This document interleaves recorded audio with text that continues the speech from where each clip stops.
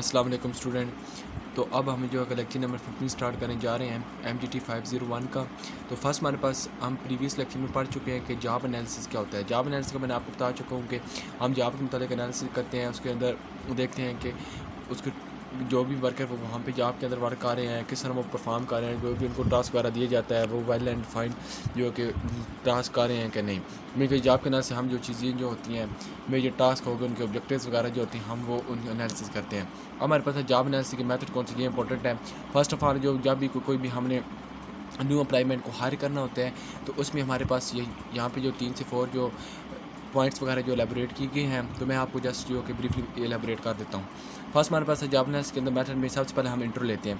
Mean कि जब भी कोई भी अप्लाई वगैरह आता है हमारी कंपनी ऑर्गेनाइजेशन के अंदर, तो क्या करते हैं हायर होने के लिए, तो हम क्या करते हैं हायर करने से पहले उनसे इंट्रो लेते हैं। मीन कि उनकी स्किल के बारे में पूछते हैं, एजुकेशन के, मीन कि हम जो भी इंपॉर्टेंट जो भी चीज़ें होती हैं इंट्रो के अंदर हम वो तमाम पूछते हैं। इंटरव्यू के लिए जब वो हमारे पास आते हैं तो हम उनसे इंटरव्यू लेते हैं कि आपने एजुकेशन कहाँ से की है, आपकी जो कि तलीम क्या है, आप कहाँ से बिलोंग करते हैं, और आपके पास कोई एक्सपीरियंस स्किल जो प्रीवियस जो कि 1 या 2 ईयर का जो भी एक्सपीरियंस आपके पास है या नहीं है। मीन का हम जो कि टू द पॉइंट जो चीज़ें होती हैं अहम होती हैं जो भी वो हम पूछते हैं। उनके अंदर जो कि इंडिविजुअल हम इंटरव्यू कर लेते हैं, ग्रुप वाइज कर लेते हैं, या सुपरवाइज़र वगैरह का कर लेते हैं। अब हमारे पास है कि क्वेश्चन मीन का हमसे उनसे पूछ लेते हैं कि अंडरस्टैंडिंग जो भी क्वेश्चन होते हैं, हर ऑर्गेनाइजेशन जो भी हायर करती है वो अपने ऑर्गेनाइजेशन फील्ड के मुतालिक जो भी क्वेश्चन वगैरह होते हैं वो क्या करती है, उससे उनसे पूछती है। वो उससे पता चल जाता है कि ये इसके बाद कितनी स्किल है या एक्सपीरियंस है, मीना कितना उसके अंदर कॉन्फिडेंस वगैरह है। अब ऑब्जर्वेशन वो भी साथ जो कि ऑब्जर्व कर रहे होते हैं इसके अंदर कॉन्फिडेंस है कि नहीं, या उसकी लैक ऑफ कॉन्फिडेंस है, उसके अंदर कॉन्फिडेंस की कमी है, वो कम्युनिकेशन किसी के साथ करना पड़े कर सकता है, यानी मीन वो चीज़ें जो ऑब्जर्व कर रहे होते हैं। इस तरह फिर पार्टिसिपेट डायरी लॉग्स जी अप्लाई रिकॉर्ड जो एवरी एक्टिविटी वगैरह जो होती हैं वो एंगेज हो रहे होते हैं, वो तमाम होती हैं। फिर है कि क्वांटिटेटिव जॉब एनालिसिस टेक्निक आ जाती हैं। इसके अंदर हमारे पास PA क्या हुआ है, स्टैंड फॉर इंपॉर्टेंट है एज MCQs। ये हमारे पास होता है पोजीशन एनालिसिस क्वेश्चनेयर होते हैं।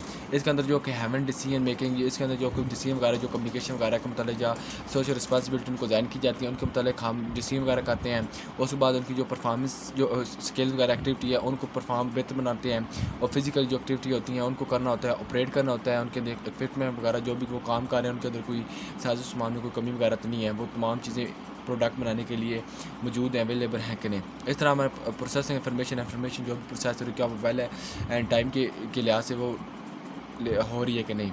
इस तरह फंक्शन जॉब एनालिसिस है, ये फंक्शन जॉब के मीन को देख रहे हैं। Department of labour procedure, mean के जो लेबर वगैरह होती है उन डिपार्टमेंट जो होता है उसको प्रोसीड करना, DOIL का भी आप एब्रिविएशन पूछ सकते हैं एग्जाम में। अब हमारे पास सोर्स ऑफ डाटा होता है, मीन के ये हम जो डाटा ये हम मुख्तलिफ तरह से लोगों से इकट्ठा कर सकते हैं। एम्प्लॉय से कर सकते हैं, सुपरवाइजर से, मैनेजर से, जॉब एनालिसिस से, जॉब एनालिसिस HR से, ह्यूमन रिसोर्स से कर सकते हैं, आउटसाइड कंसल्टेंट से कर सकते हैं जो एक्सटर्नल होते हैं जिनका हमारी ऑर्गेनाइजेशन कोई भी लिंक नहीं होता, और सुपरवाइजर या मैनेजर से भी हम जो कि ये गैदर कर सकते हैं डाटा। अब हमारे पास ये मोस्ट इंपॉर्टेंट है प्रॉब्लम विद जॉब एनालिसिस, ये हमारे पास होता है टाइम कंज्यूमिंग है, रिक्वायर मच पेशेंट होता है।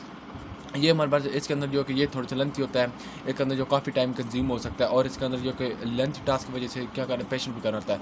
और ये क्या कहता है स्टीरियोटाइप्स, जो कि स्टीरियोटाइप्स का मतलब होता है कि हम जो कि इनके अंदर जो कि क्रिटिसाइज़ कर रहे होते हैं लोग एक दूसरे को, किसी को उसकी रिलीजन की बेस के ऊपर, किसी को जेंडर की बेस के ऊपर, किसी को उसके कलर की बेस के ऊपर जो एक दूसरे को कर रहे होते हैं, क्रिटिसाइज़ कर रहे होते हैं, उनको तनकीद कर रहे होते हैं। किसी को अगर किसी का कलर ब्लैक है, वाइट है, वो क्या करें एक दूसरे को मीन के वो क्रिटिसाइज़ करते हैं, मजाक बनाते हैं उनका।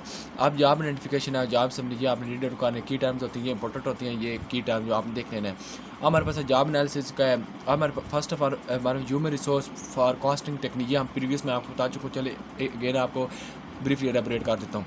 यहाँ पे है कि ज़ीरो बेस फॉरकास्टिंग क्या होती है। इसमें जो है कि करंट पॉइंट जो कुछ इनिशियल पॉइंट होता है उसमें देखा जाता है अप्लाई हमारे पास कितने मौजूद हैं और फ्यूचर में हमें कितनी अप्लाई में जो है रिक्वायर होंगे।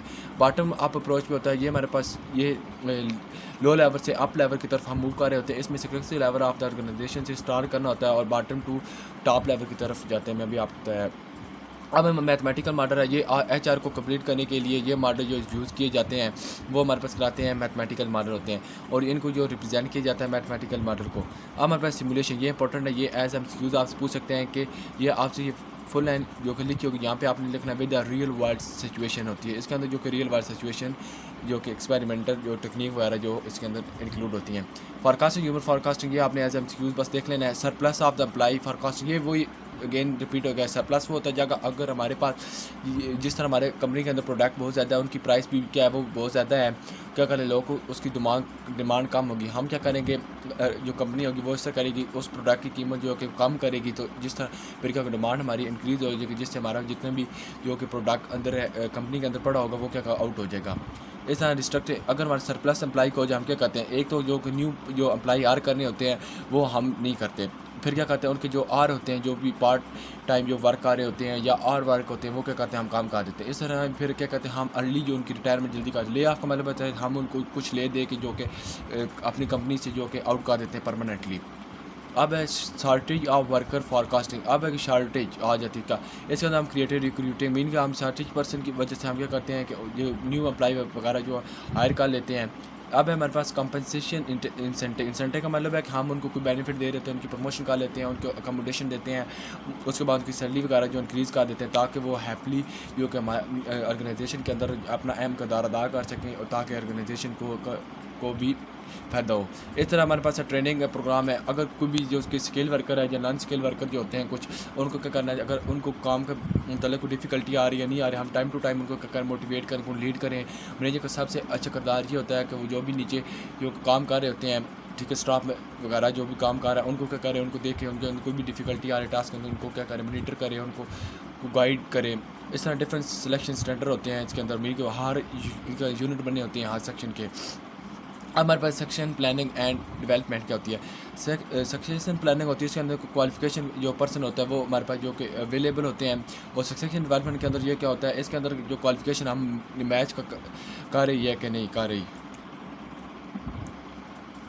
इस समय आपको अगर टू द पॉइंट बताऊँ ना, सक्सेशन प्लानिंग वो होती है अगर हमारे पास कोई भी कंपनी के अंदर मैनेजर काम कर रहा है, उसकी जो सीट है वो हमारा एम्प्टी है, हम क्या करेंगे हम फाइंड आउट करते हैं कि qualification well qualification experience person या स्किल पर्सन जो होता है हम वो फाइंड करते हैं, उसको क्या करते हैं हम डायरेक्ट जो कि मैनेजर की सीट दे देते हैं। हम इसमें सक्सेशन प्लानिंग के अंदर ये फाइंड करते हैं। सक्सेशन डेवलपमेंट के अंदर ये होता है हम देख लेते हैं कि जो उनकी क्वालिफिकेशन वगैरह है वो क्या एक दूसरे के साथ मैच हो रही है या नहीं हो रही। सक्सेशन ये आपने दोनों का जो डिफरेंस है ये याद रखना है। अब है कि HR हायरिंग प्रोसेस कौन से होते हैं, एक होता है हमारे पास रिक्रूटमेंट होती है, ये प्रोसेस होता है जिस तरह हम अपने जो भी न्यू अप्लाई हायर कर रहे थे उनको ट्रैक करते हैं, उनको हम कोई बेनिफिट दे रहे होते हैं, इंसेंटिव दे रहे होते हैं, कुछ अकोमोडेशन वगैरह जो प्रोवाइड करते हैं वो तमाम देख हम करते हैं, उनको अपनी ऑर्गेनाइजेशन के अंदर रख लेते हैं। सिलेक्शन का मतलब है ये सिलेक्शन का जो काम होता है ये थोड़ा सा मेन के जो भी मैनेजर वगैरह जो सिलेक्ट करते हैं उसके लिए थोड़ा सा डिसीजन करना बहुत मुश्किल होता है, उसको मीन के जो कि फुली उसको मीन के उसका इंटरव्यू वगैरह लेते हैं ताकि उनके स्किल वर्कर जो हायर करें, वेल एजुकेटेड पर्सन को हायर करें जो ऑर्गेनाइजेशन के लिए भी फ़ायदेमंद हो। सोशलाइजेशन का मतलब होता है जो अभी इसके अंदर जो ओरिएंटेशन वगैरह होती हैं ऑर्गेनाइजेशन के अंदर, ये चीज़ें मीन के इसके अंदर जो कि लोग होते हैं उनको एक दूसरे को इंटरव्यू करवाया जाता है, उनको बताया जाता है कि आपने ये टास्क परफॉर्म करना है। इसके अंदर जो भी ओरिएंटेशन वगैरह इसके अंदर होती है। रिक्रूटमेंट का आपको बता दीजिए कि मीन के जो भी न्यू अप्लाई हायर करने हैं उनको क्या करना है अपनी तरफ ट्रैक करना होता है ऑर्गेनाइजेशन, उनको कुछ इंसेंटिव देगा, उनको कुछ प्रमोशन वगैरह देगा। गोल ऑफ रिक्रूटमेंट के क्या है, टू अट्रैक्ट क्वालिफाइड एप्लीकेंट को मीन का मतलब है कि हमें जो क्वालिफाइड एप्लीकेंट होते हैं उनको अपनी तरफ मीन के अट्रैक्ट करना होता है। जो नॉन क्वालिफाइड एप्लीकेंट होते हैं जिनके पास कुछ स्किल के कोई भी एक्सपीरियंस वगैरह नहीं होता, जिस तरह हम कह सकते हैं जो इसके अंदर जो नॉन क्वालिफाइड एप्लीकेंट होते हैं उनको हम जो कि ऑर्गेनाइजेशन से निकाल देते हैं। अब हमारे पास है कि ये इतना इंपॉर्टेंट नहीं, जस्ट आपने एक दफ़ा इसको रीड आउट कर लेना। अच्छा, अब हमारे पास philosophy of the recruitment, internal recruitment है और एक्सटर्नल है। इंटरनल रिक्रूटमेंट का मतलब होता है जो हमारे ऑर्गेनाइजेशन के इनसाइड होते हैं, एक्सटर्नल का मतलब है जो ऑर्गेनाइजेशन के आउटसाइड होते हैं। अच्छा, ये की टाइम जो कि पेपर के पॉइंट ऑफ व्यू से मोस्ट प्रोग्राम में जैसे एक दफ़ा रीड आउट कर लेना है। अब हम लेक्चर नंबर 17 करते हैं। अच्छा, अब हमारे पास रिक्रूटमेंट का क्या होता है, इसके अंदर हम जो है कि कोई भी एम्प्लॉय वगैरह होते हैं उनको क्या करना हायर करना होता है। याइल्ड रेशो का मतलब होता है कि इसके अंदर ये हमारी हेल्प करता है कि अगर हमारे ऑर्गेनाइजेशन के अंदर कितने एम्प्लॉयमेंट रिक्वायर है और कितने एम्प्लॉयमेंट नहीं रिक्वायर। तो अब हमारे पास है कि रिक्रूटमेंट का एक एक्सटर्नल रिक्रूटमेंट होता है और एक इंटरनल का मतलब होता है जब जो कि हमारे पास प्रेजेंट एम्प्लॉय हैं उनको प्रमोट करना होता है, उनको हायर करना होता है और उनकी प्रमोशन वगैरह करनी होती है ताकि वो अच्छी तरह जो कि हमारे ऑर्गेनाइजेशन के अंदर वर्क कर सकें। इसके अंदर ये 3 पॉइंट्स होते हैं। Promotion from with in line job posting होती है, कॉन्टैक्ट्स एंड रेफरल होता है। अब हमारे पास प्रमोशन फ्रॉम विद इन, ये हमारे पास इसके ऑब्जेक्टिव्स हैं, जस्ट आपने नाम याद रखने हैं। Promotion from with in, promotion हमारे पास जैसे मैनेजर की पोस्ट एम्प्टी होती है तो हम क्या करते हैं कि जो भी छोटा एम्प्लॉयमेंट होता है उनको क्या करते हैं हायर करके, जो भी एक्सपीरियंस वर्कर होता है, स्किल होता है उसे कहते हैं हम मैनेजर की जो पोस्ट है उसको दे देते हैं। मीन कि ये इंटरनल की हम बात कर रहे हैं, इसका एक्सटर्नल इन्वॉल्व नहीं होता। अब हमारे पास है जॉब पोस्टिंग है, जॉब पोस्टिंग के अंदर ऑर्गेनाइजेशन के इनसाइड कुछ पॉलिसी जो है, रेगुलेशन जो वगैरह यूज़ करके हम एम्प्लॉय को बेनिफिट प्रोवाइड कर रहे होते हैं, एम्प्लॉय को प्रमोशन देते हैं उनको, मीन के ताकि वो हैप्पली जो कि वर्क कर सके और जो कि ऑर्गेनाइजेशन को फ़ायदा पहुँचा सके। कॉन्टैक्ट है रेफरेंस, रेफरेंस का मतलब होता है कि बात हमें कोई भी एम्प्लॉयमेंट जो हायर करने से बेहतर है कि हम अपने अंदर जो भी एम्प्लॉय काम कर रहे होते हैं उनके जो रिलेटिव वगैरह जो होते हैं वो हम उनको हायर कर लें।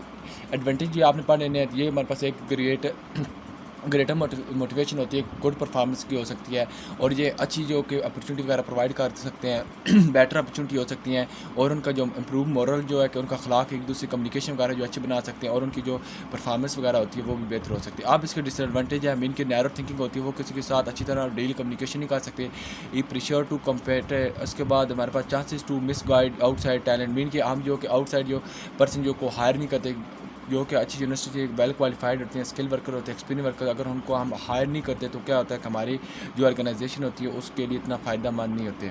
अब हमारे पास एक्सटर्नल रिक्रूटिंग सोर्सेज, एक्सटर्नल मतलब होता है कि हम हमारा जो कि आउटसाइड जो ऑर्गेनाइजेशन के हम लिंक करवा रहे होते हैं, इसके अंदर बाहर के जो लोग होते हैं उनको हायर करते हैं। High school and vocational school, इसके अंदर ऑर्गेनाइजेशन ये भी हायर कर सकती है हाई स्कूल लेवल के वोकेशनल स्कूल से भी। इस तरह हमारे पास है कि कम्युनिटी कॉलेज से भी जो भी पर्सन अगर हायर करने हैं, कॉलेज या यूनिवर्सिटी से जो टीचर वगैरह जो हैं वो भी अप्लाई कर सकते हैं, हायर कर सकते हैं हम अपनी कंपनी के लिए जो भी एक्सपीरियंस वर्कर होते हैं। कंपटीटर वो होते हैं जो हमारे कंपनी के मुकाबले में जो वर्क कर रहे होते हैं, वहाँ पे अप्लाई हो गए, कुछ भी हो गए, वो भी अप्लाई कर सकते हैं। अनअप्लाई को भी रख सकते हैं, ऑल इंडिविजुअल हो सकते हैं, मिलिट्री पर्सन हो सकते हैं। इस तरह हमारे पास होता है सेल्फ एम्प्लॉय वर्कर भी हो सकते हैं, उनको हायर कर सकते हैं। एक्सटर्नल रिक्रूटिंग मेथड का मतलब ये एडवर्टाइजिंग के ज़रिए भी हम एडवर्टाइज दे सकते हैं, उनको अखबार न्यूज़पेपर में दे सकते हैं, मीन के न्यू एम्प्लॉयमेंट को हायर करना है, उनके अंदर हम उनकी क्वालिफिकेशन वगैरह अपडेट कर देते हैं कि MA होना चाहिए, ग्रेजुएशन होना चाहिए, PhD होना चाहिए, स्किल वर्कर होना चाहिए, एक्सपीरियंस को इतने साल का होना चाहिए। अब हमारे पास एम्प्लॉय एजेंसीज हो गई, रिक्रूटर्स हो गए और स्पेशल इवेंट हो गए, मीन के किसी स्पेशल इवेंट के ऊपर भी हम जो कि लार्ज नंबर ऑफ एप्लीकेंट को क्या कर सकते हैं वो भी अट्रैक्ट करवा सकते हैं, इंटर्नशिप भी करवा सकते हैं। एग्जेक्टिव सर्च जो हमारे पास फार्म्स होती हैं इनको हम कहते हैं हेड हंटर्स कहते हैं, ये भी इंपॉर्टेंट है एज ए MCQs आपने देखा। प्रोफेशनल एसोसिएशन हो गया जो प्रोफेशन के मतलब होता है, जो भी अपने शोबे के मतलब। Unsolicited walking and applicant being good place work it may be able. अब हमारे पास ओपन हाउसेज होते हैं, इवन रिक्रूटमेंट होती है वर्चुअल जॉब, ये जस्ट आपने एक दफ़ा रीड करना है। साइबर रिक्रूटिंग होती है, इसके अंदर हम जो कि वेबसाइट के ऊपर भी अपने जो कि रन ऐड करवा सकते हैं, चला सकते हैं, रन करवा सकते हैं ताकि जो भी इंटरेस्टेड ऑर्गेनाइजेशन के अंदर वो क्या कर सके, अप्लाई कर सके। अब एक्सटर्नल रिक्रूटमेंट के जो हमारे पास इसके एडवांटेज क्या होते हैं, एक तो हमारे पास होता है कि उनके पास जो प्रोवाइड करते हैं new idea, new insight, new idea provide करते हैं अपनी कंपनी के अंदर, ऑर्गेनाइजेशन के अंदर कोई भी न्यू प्रोडक्ट को लॉन्च करवा देते हैं, कुछ भी कर देते हैं। उनके पास जो स्किल वर्कर और वेल क्वालिफाइड होते हैं। आप ग्रेटर डाइवर्सिटी मीन के ज़्यादा लोग जो आपकी कंपनी में होंगे, अपॉर्चुनिटी मीन के प्रोवाइड करते हैं। इसके बाद opportunities to get people up to date mean के नॉलेज जो कि उनके पास होता है, जी मीन की टेक्नोलॉजी की मतलब जो हमें स्किल वर्कर उनकी स्किल होती है उनके पास, मीन की जिस तरह टेक्नोलॉजी की डे बाई डे जो है चेंज हो रही है। अब हमारे पास डिसएडवांटेज ऑफ एक्सटर्नल रिक्रूटमेंट क्या होती है, ये हमारे पास थोड़ी सी एक्सपेंसिव होते हैं और टाइम कंज्यूमिंग होते हैं और हमारे पास इनकी जो कि बहुत सारी उम्मीदें बन जाती हैं कि प्रमोशन की, वो मीन की अच्छी तरह वर्क नहीं करते। अब हमारा कमिटमेंट हायरिंग मिस्टेक होती है, मीन कि वो हायरिंग जो कि न्यू करते हैं वो उनकी मिस्टेक ये होती है कि अगर हमारे पास कोई भी मैनेजर है, वो अगर किसी अप्लाई को हायर करना, अगर वो well educated and skill person को या एक्सपीरियंस पर्सन को हायर नहीं करता तो वो सारा ब्लेम जो है कि वो मैनेजर के ऊपर आता है। अब हमारे पास अल्टरनेटिव टू रिक्रूटमेंट है आउटसोर्सिंग है। आउटसोर्सिंग में थर्ड पर्सन जो है आपकी हेल्प कर देते हैं एम्प्लॉय को हायर करवाने में। अब है कि कंटीजेंट वर्कर होते हैं, कंटीजेंट वर्कर वो होते हैं इसके अंदर हमारे पास जो टेम्पररी या पार्ट टाइम पर्सन जो कि हम हायर करवा सकते हैं अपनी कंपनी के अंदर। अब इस तरह प्रोफेशनल एम्प्लॉयर ऑर्गेनाइजेशन है, ओवर टाइम मीन के लगा कर वो कर सकते हैं। इस तरह वैल्यूएटिंग द रिक्रूटमेंट प्रोसेस, ये एक है क्वांटिटी ऑफ द एप्लीकेंट है और क्वालिटी ऑफ द एप्लीकेंट। इन दोनों का डिफरेंस ये है कि क्वांटिटी ऑफ द एप्लीकेंट वो होते हैं कि इसके अंदर कितने एप्लीकेंट या पीपल ने अप्लाई किया हुआ है मीन के हमारे जॉब के लिए। क्वालिटी ऑफ एप्लीकेंट्स का मतलब होता है कि वो एक दूसरे से कितने इफेक्टिव होते हैं, उनकी कैपेबिलिटी क्या है, मीन कि उनकी एजुकेशन जो है वो अच्छी है कि नहीं है। इस तरह यूआई रेशियो है कि इसके अंदर ये हमारी हेल्प असिस्टेंट करता है कि हमारे जो एम्प्लॉई हैं कंपनी के अंदर कितने रिक्वायर और कितने नहीं रिक्वायर। इस तरह ये मैंने आपको एलेबरेट कर चुका हूँ। अब है कि कॉन्टीजेंट वर्कर जो मैं ऊपर बता चुका हूँ ये तमाम के तमाम।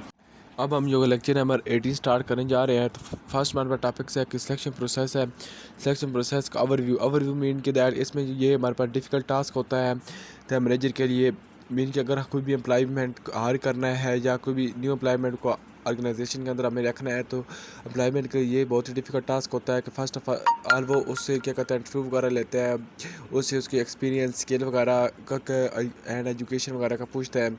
अगर वो उसको हायर कर लेता है, अगर वो अच्छी तरह परफॉर्मेंस नहीं शो करवा रहा होता है, ऑर्गेनाइजेशन के अंदर अच्छी तरह वर्क नहीं कर रहा, तो ये तमाम को तमाम ब्लेम जो है वो मैनेजर के ऊपर आ जाता है। इस तरह का हमारे पास एनवायरमेंटल फैक्टर के एप्लीकेंट सिलेक्शन प्रोसेस कौन से लीगल कंसिडरेशन। लीगल का मतलब होता है कि हमारी हमारी ऑर्गेनाइजेशन है उसको कोर्ट से दूर रखना होता है ताकि हमारी जो ऑर्गेनाइजेशन की जो रेपुटेशन वगैरह है वो जो है कि वो ख़राब ना हो। इस तरह स्पीड ऑफ डिसीजन मेकिंग, हमें कोई भी कुछ डिसाइड करना होता है हम उसको कितनी जल्दी जो है कि उस वर्क को करने में डिसीजन लेते हैं। ऑर्गेनाइजेशन रहती है, एप्लीकेंट पोल है, उसके बाद टाइप्स ऑर्गेनाइजेशन, ये आपने याद रखना, ये हमारे पास 3 टाइप्स की ऑर्गेनाइजेशन होती हैं। एक हमारा प्राइवेट है, गवर्नमेंट की होती है, नॉन प्रॉफिट होती है। इस तरह हमारे पास है कि अब हमारे पास है सिलेक्शन क्राइटेरिया क्या है, ये हम इनकी बुनियाद पे हम जो है कि सिलेक्शन करते हैं। उनकी एजुकेशन की बुनियाद पे करते हैं, कम्पिटेंसीज की बुनियाद पे करते हैं, एक्सपीरियंस की बुनियाद पे कर सकते हैं, स्किल और एबिलिटी की बुनियाद पे कर सकते हैं, पर्सनल करैक्टरिस्टिक की वजह की बुनियाद पे भी कर सकते हैं। अब हमारे पास सिलेक्शन प्रोसेस के स्टेप कौन कौन से ये इंपॉर्टेंट है। First of all initial screening होती है, उसके बाद एप्लीकेंट ब्लैक होता है, प्री एम्प्लॉयमेंट टेस्टिंग होती है, उसके अंदर हमारे पास ये पॉइंट्स हैं।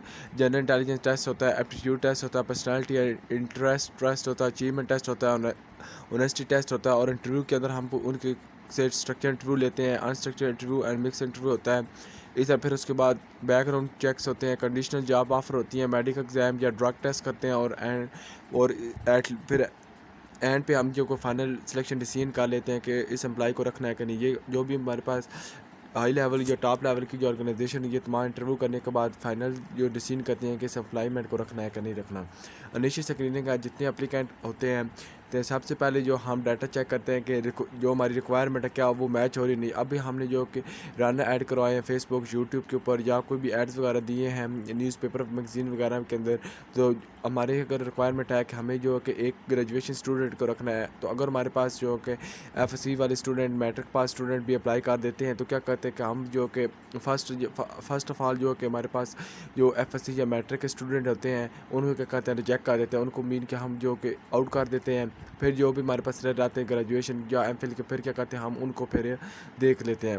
इस तरह जो हमारे पास इनिशियल स्क्रीनिंग होती है इससे हमारा जो टाइम जो होता है वो कंज्यूम हो जाता है, कम होता है और जाता। फिर सोर्स यूटिलाइजिंग स्क्रीनिंग एफर्ट, फिर किस बुनियाद के ऊपर हम जो है कि उनको जो है कि आउट कर देते हैं। ये जो भी एप्लीकेंट हो जिन्होंने अप्लाई किया होता है उनके ये 3 पॉइंट उनको हम जो कि रिजेक्ट किस बना पे, एक एम्प्लॉयमेंट एजुकेशन हिस्ट्री की बना पे करते हैं क्योंकि उनकी जो तलीम वगैरह वो कम है, एवोल्यूशन ऑफ करेक्टर उनके करेक्टर बिहेवियर की वजह से उनको आउट कर देते हैं, और एवोल्यूशन जॉब परफॉर्मेंस उनकी जो जॉब परफॉर्मेंस जो कि अच्छी ना होने की वजह से कर देते हैं। स्क्रीनिंग इंटरव्यू है, अब जो कि हमारे पास कम लोग रह गए जिन मीन कि अगर हमने 100 लोगों ने अप्लाई किया तो 3 लोग जो एफसीओ मैट्रिक वाले अप्लाई किया उनको अगर हमने रिजेक्ट कर दिया, फिर 70 जो कि एम्प्लॉय रह जाएंगे, एप्लीकेंट रह जाएंगे। आपका कहना है उनके हम जो को CV को चेक करना होता है, देखना होता है कि जो भी उनकी CV है वो करेक्ट है 100% या नहीं है। उसके बाद सेकंडली ये क्या होता है हम जो छोटा सा इंटरव्यू वगैरह ले लेते देखने के लिए कि उनकी जो भी उन्होंने CV वगैरह दी है क्या उनका एक्सपीरियंस या स्किल वगैरह जो है या उनकी जो एजुकेशन है वो क्या जो उन्होंने राइट डाउन की हुई है अपनी CV को, क्या ये वो जो CV के ऊपर है वो क्या ये उसके पर्सन के पास जो कि 3 ग्रेजुएशन है जो तलीम है उसके पास स्किल या एक्सपीरियंस है कि नहीं है। ये हम जो कि छोटा सा इंटरव्यू कर ले लेते हैं। एडवांटेज या सक्सेसफुल स्क्रीनिंग होता है, जिन लोगों ने हमारे पास अप्लाई किया होता है अब उनको हम जो कोई रिजेक्ट कर देते हैं वो हम किस बुनियाद पे कर देते हैं, वो जितने भी रिकॉर्ड होता है हम जो कि बैक पे हमारे पास मौजूद होता है। Applicant blank review of application mean के इसमें कलेक्टेड डाटा कलेक्ट कर सकते हैं, जो हमारा हिस्टोरिकल डाटा कैंडिडेट के बारे में हम लोग कलेक्ट कर लेते हैं। फ्यूचर में भी हमको जो कि उस वो काम आ सकता है। तो ये हमारे पास की टाइम होती है, ये इंपॉर्टेंट है। ये आपने जस्ट ये सिलेक्शन प्रोसेस एप्लीकेंट ब्लैंक मैंने आपको बता दिया है।